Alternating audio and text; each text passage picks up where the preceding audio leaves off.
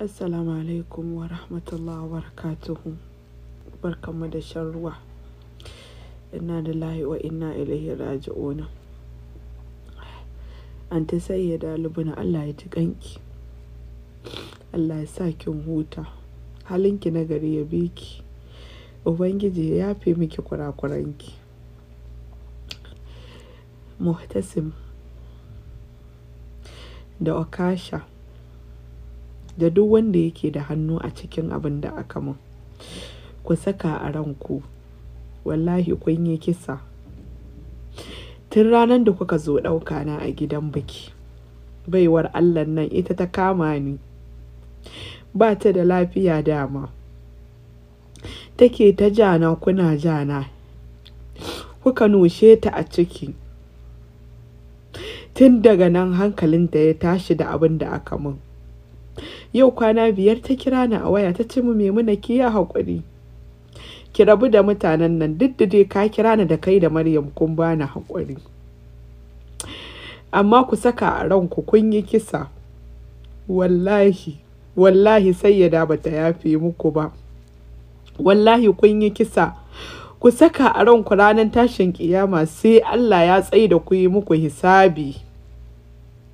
Tun ranar da kuka zo kuka ɗauke ni a gidan biki, kuka noshe ta a ciki, tun daga nan ciwon ta ya ƙi lafawa. Ta ce min Maimuna, tun ranar da naga tashin hankalin da ake ciki, da mutane da suke ganin kamar ko wasa nake yi, matan nan tana cikin shaidu wanda suka kalli abin da kuka min. Tana jan riga ta kuna ja na, ƙarshe kuka hambare ta kuka naushe ta a ciki. Mutane da suke cewa wai ba a kai gudunmawa ba, mata ne a wurin, ba maza, kuma unguwar ba mutane. Wallahi da dukkanku, da Abu Yasir yake kowaye, da dukka da Muhammad zuwa ɗin da aka cire, har da kai ma munafiki a cikin abin da kuka min. Wallahi kun yi kisa. Da munafukan mata waɗanda suka turo location sun razu su Zainab, duk ku saka a ranku kun yi kisa. Da ubar gayya, wallahi kun yi kisa.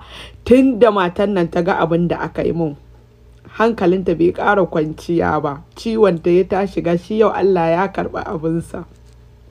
Allah ya ji kanki sayyada, Allah ya sa kin huta. Ubangiji ya bamu haƙurin rashin ki. Ni kuma da aka zalunta, wallahi ko kun bani haƙuri, wallahi Allah ba zai bar ku ba. Duk da kun kira ni kun ban haƙuri, Allah ba zai bar ku ba. Allah ka sa mu dace. Duniya